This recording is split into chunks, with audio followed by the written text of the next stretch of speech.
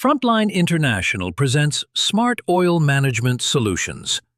We will be covering used cooking oil disposal. Make sure to take the proper precautions when handling hot oil.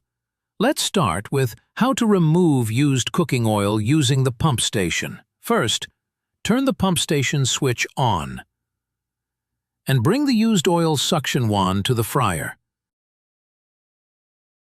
Begin to suction the used oil from the vat. Empty all the used oil from the fryer vat. The used cooking oil is pumped directly from the fryer to the UCO tank. After emptying the fryer, let the pump run for 10 to 15 seconds to clear the line. Then, return the fryer wand and turn the pump station switch off.